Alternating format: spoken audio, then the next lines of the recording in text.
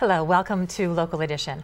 I'm Leslie Leyton. How to move forward with gun control. It's a controversial debate, but one thing most people can agree on is that guns should not be in the hands of the mentally ill. With us now is Allan Mansoor, Assemblyman, and he's been working to make sure that the data in the databases that are checked for mentally ill patients is up to date. It's garbage in, garbage out if they don't work. Tell us what you're doing. Right.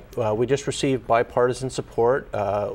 We requested an audit to make sure that when someone is mentally ill or a threat to themselves or others, that information is entered into the database in a timely manner to make sure that that person does not go out and repurchase a weapon. They may have at one time been able to legally own a weapon, but for some reason they have a mental issue, and that needs to be reported to the Department of Justice to make sure they don't go repurchase a weapon. I think people would be surprised to learn just how widespread, how big a problem this is as far as the state courts reporting this information to the federal database. Right. Well, a survey was done in 42 other states. It did not include California, and they found that 1 million cases went unreported, and that's crucial that this information be entered into the database in a timely manner. And we're not talking about a new law, we're talking about existing law, existing procedure.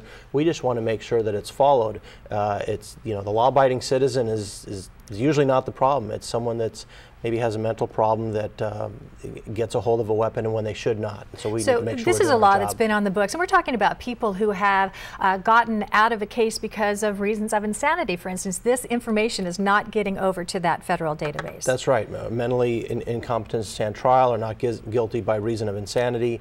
That would be the focus on the courts. There are other reasons why people would be entered into the system in terms of mental illness, but this survey or this audit is going to focus on the courts. We just wanted to make sure that we had a narrow enough focus to make sure we did a good job on the audit. Now, who are the people that qualify as mentally ill and who cannot purchase a gun?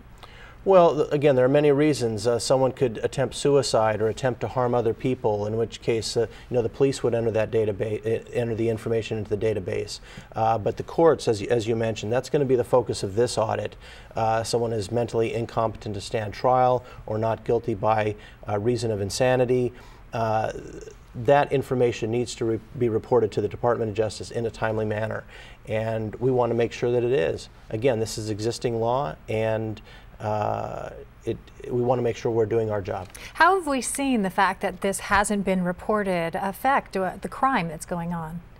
Well, as I said, the survey was done in 42 other states, and when you have 1 million cases unreported, and we hear about incidents where people are committing crimes or shooting other people, and they maybe had a mental problem or they shouldn't have had a gun in the first place. That's what we're looking for. We want to make sure that does not happen again. What does it look like it's going to take to get the states to comply?